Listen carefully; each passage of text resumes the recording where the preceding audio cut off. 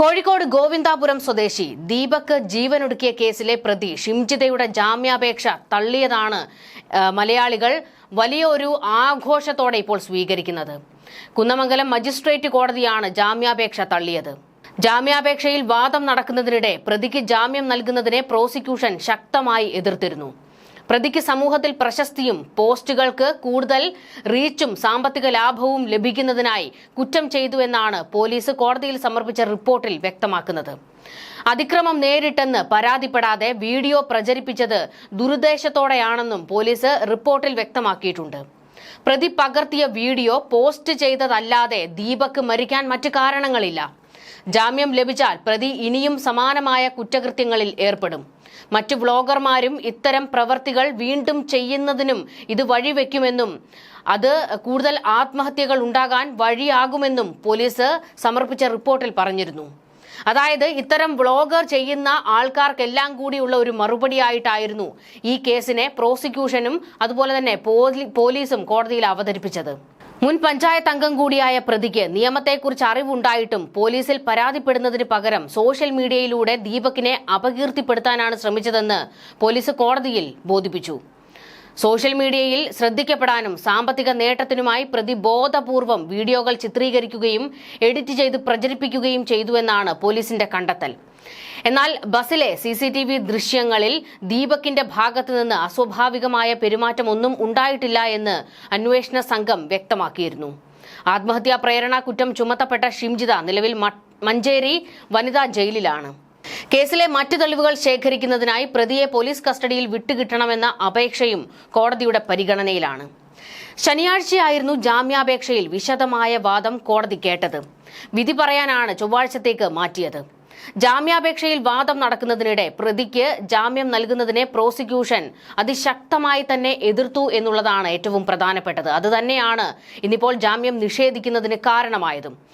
ഷിംജിത നിരപരാധിയാണെന്നായിരുന്നു അവരുടെ അഭിഭാഷകൻ TP ജുനൈദിന്റെ വാദം. മനഃപൂർവ്വമുള്ള പ്രവൃത്തിയാണെന്ന് വാദിഭാഗം അഭിഭാഷകൻ KP രാജഗോപാലും വാദിച്ചിരുന്നു. ദീപകിന്റെ ആത്മഹത്യയ്ക്ക് പിന്നാലെ ഒളിവിൽ പോയ പ്രതിയെ വടകരയിലെ ബന്ധുവീട്ടിൽ നിന്നാണ് പോലീസ് പിടികൂടിയത്. ഷിംജിതയെ കണ്ടെത്താൻ Kozhikode medical college police lookout നോട്ടീസും പുറപ്പെടുവിച്ചിരുന്നു. അതായത് പ്രതിക്ക് ജാമ്യം നൽകുന്നത് അപകടകരമാണ്, അവർ ഒളിവിൽ പോകാൻ സാധ്യതയുണ്ട് എന്ന് തന്നെ വ്യക്തമാക്കിയായിരുന്നു രാജഗോപാലിന്റെ വാദം. ദീപകിന്റെ ആത്മഹത്യയിലേക്ക് നയിച്ച വീഡിയോയ്ക്ക് പിന്നിൽ ഗൂഢാലോചനയുണ്ടോ എന്നും വീഡിയോ തയ്യാറാക്കാനോ എഡിറ്റ് ചെയ്യാനോ മറ്റാരുടെയെങ്കിലും സഹായം ഉണ്ടായിട്ടുണ്ടോ തുടങ്ങിയ കാര്യങ്ങളെല്ലാം പോലീസ് പരിശോധിക്കുകയാണ്.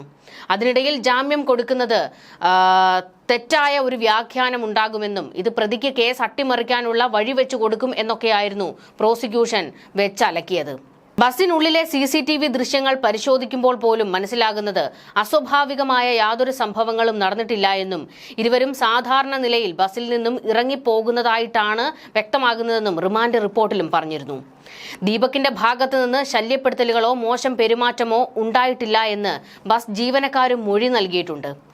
ബസ്സിലെ മറ്റ് യാത്രക്കാരും ദീപകിനെ മോശക്കാരനാക്കി ഒന്നും തന്നെ പറഞ്ഞിട്ടില്ല. കാരണം അയാൾ സ്ഥിരം ബസ്സിൽ യാത്ര ചെയ്യുന്ന ഒരാളുമാണ്. ആ ബസ്സിലുള്ളവർക്ക് അയാളെ അറിയാവുന്ന ഒരാൾ കൂടിയാണ്.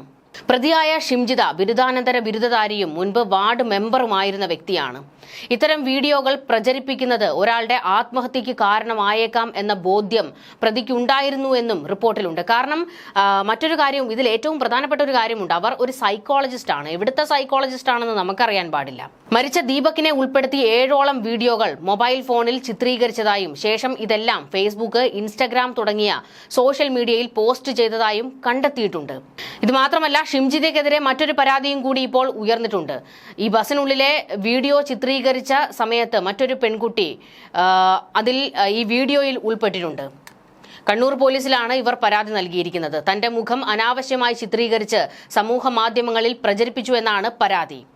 തന്റെ ചിത്രവും ഈ വീഡിയോയിൽ ഉൾപ്പെട്ടതുകൊണ്ട് തനിക്ക് നേരെയും ആക്രമണങ്ങൾ ഉണ്ടാകും, സൈബർ ഇടത്തിൽ താനും വേട്ടയാടപ്പെടും എന്നൊക്കെയാണ് ഈ പെൺകുട്ടിയും ഷിംജിതയ്ക്ക് നേരെ പരാതിപ്പെട്ടിരിക്കുന്നത്. എന്തായാലും അടപടലം കുരുക്കിലേക്കാണ് വ്ളോഗർ വീണിരിക്കുന്നത്. ഇതെല്ലാം ചോദിച്ചു മേടിച്ചതാണ്. നേരം വെളുത്താൽ മൊബൈലും തൂക്കി ഇറങ്ങുന്നത് മനുഷ്യന്റെ ജീവൻ എടുക്കാനാകരുത്. ലക്ഷക്കണക്കിന് പേര് കണ്ട ആ വീഡിയോയുടെ കാശും കൊണ്ട് നീ തിന്നുന്നത് ഒരിക്കലും നിനക്ക് ദഹിക്കില്ലടി. ഒരുത്തനെ കൊന്നു തള്ളിയതിന്റെ കൊലച്ചോറാണതെന്ന് മലയാളി പൊട്ടിത്തെറിച്ച് പറഞ്ഞത്. കണ്ടന്റ് ഉണ്ടാക്കാൻ എന്ത് ചെറ്റത്തരവും കാണിച്ചു കൂട്ടുന്നവർക്കുള്ള മറുപടിയാണ് ഷിംജിതയുടെ അറസ്റ്റ്. ഇനി ഇമ്മാതിരി പേക്കോത്ത് കാണിക്കാൻ ഒരവന്മാരും അവളുമാരും മുതിരരുത്. നമ്മൾ കണ്ടതായിരുന്നു ദീപകിന്റെ വീട്ടിലെ അന്നത്തെ ആ ഒരു അവസ്ഥ. തന്റെ മകന്റെ മൃതദേഹത്തിന് മുൻപിലിരുന്ന് പ്രായമായ മാതാപിതാക്കൾ അലമുറയിട്ട് കരയുകയായിരുന്നു. മോനെ വാവ എന്നൊക്കെ പറഞ്ഞുകൊണ്ടായിരുന്നു ദീപകിന്റെ അമ്മ നിയന്ത്രണം വിട്ട് കരഞ്ഞത്. ആ അമ്മയെ സമാധാനിപ്പിക്കാൻ ചുറ്റും കൂടി നിന്ന ഒരു മനുഷ്യർക്കും കഴിഞ്ഞിട്ടില്ല. പ്രായമായ ആൾക്കാരാണവർ. അവർക്ക് ഏക ഒരു പ്രതീക്ഷ, അതായത് ആ അമ്മയുടെയും അച്ഛൻ്റെയും തണലായിരുന്നു ദീപക് എന്ന ആ ഒരു ചെറുപ്പക്കാരൻ.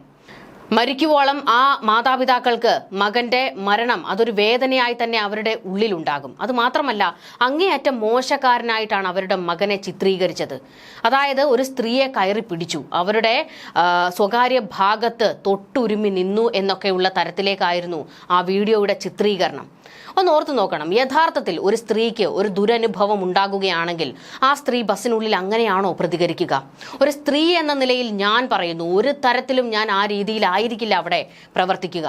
അതായത് അയാൾ വീണ്ടും വന്ന് എന്നെ മുട്ടി ഉരുമി നിൽക്കുന്നതിന് പാകത്തിന് ഞാൻ നിന്നു കൊടുക്കില്ല.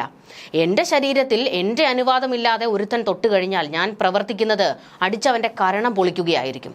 ആ ബസ്സിനുള്ളിലിട്ട് ഞാൻ അവനെ ചവിട്ടി കൂട്ടും. വേറെ ഒരാളും എനിക്കൊപ്പം നിൽക്കണമെന്നില്ല. ഞാൻ ആ രീതിയിൽ തന്നെയായിരിക്കും അയാളോട് പെരുമാറുക. അതിനുശേഷമായിരിക്കും ഞാനൊരു വീഡിയോ ചിത്രീകരിച്ചുകൊണ്ട് അയാളെ ഈ സമൂഹത്തിന് മുൻപിൽ തുറന്നു കാട്ടുന്നത്. അതിനുശേഷം ഞാൻ അടുത്തതായി ചെയ്യാൻ പോകുന്നത് നിയമ നടപടി സ്വീകരിക്കുക എന്നുള്ളതാണ്. എന്നാൽ ഇവിടെ ഷിംജിത ചെയ്തത് എന്താണ്? ഒരു വീഡിയോ, അത് ചിത്രീകരിക്കാൻ വേണ്ടി ഒരു അന്തരീക്ഷം ഉണ്ടാക്കിയെടുക്കുന്നു. അയാൾക്ക് തൊട്ടി ഉരുമി നിൽക്കുന്നതിന് വേണ്ടി വീണ്ടും അങ്ങോട്ട് കയറി ചെല്ലുന്നു. എന്നിട്ട് ആ വീഡിയോ എടുത്ത് പിന്നീട് അവർ കാണിച്ചു കൂട്ടിയത് എന്തൊക്കെയാണ്? BGM ഇട്ട് ആ വീഡിയോ സെറ്റാക്കുന്നു. സ്ലോ മോഷനിൽ ചില ഭാഗങ്ങൾ എഡിറ്റ് ചെയ്ത് കയറ്റുന്നു. എന്നിട്ട് ഷിംജിതയുടെ കുറച്ച് വാചകമടിയും അതിൻ്റെ കൂട്ടത്തിൽ ചേർത്ത് അങ്ങ് പടച്ചു വിടുകയാണ്. ഇത് കണ്ടന്റിന് വേണ്ടി അല്ല എന്ന് എങ്ങനെയാണ് നമ്മൾ വിശ്വസിക്കുക? കൃത്യമായി അവർ കണ്ടന്റിന് വേണ്ടി തന്നെ ഉണ്ടാക്കിയതാണ് ആ ഒരു സംഭവം. അതവർ അവർക്ക് അനുകൂലമായി ക്രിയേറ്റ് ചെയ്തെടുത്തു എന്നുള്ളതാണ്. ആ വീഡിയോയിൽ ഒരു നിമിഷം പോലും, ഒരു സെക്കൻഡ് പോലും അയാൾ ഈ പറയുന്ന ഷിംജിതയുടെ മുഖത്ത് നോക്കുന്നില്ല. അയാളുടെ മുഖത്ത് ഒരു കള്ളത്തരമില്ല. നമുക്കറിയാം, ഒരാൾക്ക്, അതായത് ഒരു സ്ത്രീയെ വേറൊരു ഉദ്ദേശത്തോടു കൂടി തൊടാനും തൊട്ടുരുമി നിൽക്കാനും ഒക്കെ നിൽക്കുന്ന ഒരു പുരുഷന്റെ മുഖഭാവം പെട്ടെന്ന് മാറും. എന്നാൽ അത്തരത്തിലുള്ള ഒരു മാറ്റവും ഈ പറയുന്ന ദീപക്കിൽ ഉണ്ടായിരുന്നില്ല. അയാൾ തിരിഞ്ഞുപോലും നോക്കുന്നില്ല. മറ്റൊരു കാര്യം, അയാൾ ഈ പറയുന്ന ഷിംജിതയുടെ ശരീരത്തിൽ തൊടുന്നുണ്ട്. അത് ബാഗ് വലിച്ചെടുക്കുമ്പോഴാണ്. അതായത് അയാൾ ഇറങ്ങുന്ന സ്റ്റോപ്പ് അടുത്തത് ഇറങ്ങാനുള്ള സ്റ്റോപ്പാണ്. അപ്പോഴാണ് അയാൾ തയ്യാറായി നിൽക്കുകയാണ്. പെട്ടെന്നാണ് ആ തിരക്കുണ്ട് ആ ബസ്സിനകത്ത്. അപ്പോഴാണ് ആൾക്കാരുടെ ഇടയിലേക്ക് പോയ അയാളുടെ ബാഗ് കുടുങ്ങുന്നത്. അത് അയാൾ എടുക്കുന്നതിന് വേണ്ടി പിടിച്ചു വലിക്കുമ്പോൾ ഈ പറയുന്ന ഷിംജിതയുടെ ദേഹത്ത് തട്ടുന്നുണ്ട്. പക്ഷെ അതൊരു മോശമായിട്ടുള്ള ഒരു തട്ടലോ മുട്ടലോ ആയിട്ട് എനിക്ക് തോന്നിയില്ല. മാത്രമല്ല, ഇവർ എന്തിനാണ് ആ വീഡിയോ എഡിറ്റ് ചെയ്ത് കയറ്റിയത്? അതൊരു ചോദ്യം തന്നെയല്ലേ? അവർക്ക് നേരെ മോശമായ ഒരു അനുഭവം ഉണ്ടാകുകയാണെങ്കിൽ അപ്പോൾ തന്നെ അതങ്ങ് ലൈവ് ഇട്ടാൽ പോരെ? അല്ലാതെ അതും കഴിഞ്ഞ് വീട്ടിൽ കൊണ്ടുപോയിട്ട് എഡിറ്റ് ചെയ്ത് സ്ലോ മോഷനിലൊക്കെ ഇട്ട് കയറ്റാൻ മാത്രം എന്ത് സിനിമാ ചിത്രീകരണം ഒന്നും അല്ലല്ലോ ചേച്ചി അവിടെ നടന്നത്.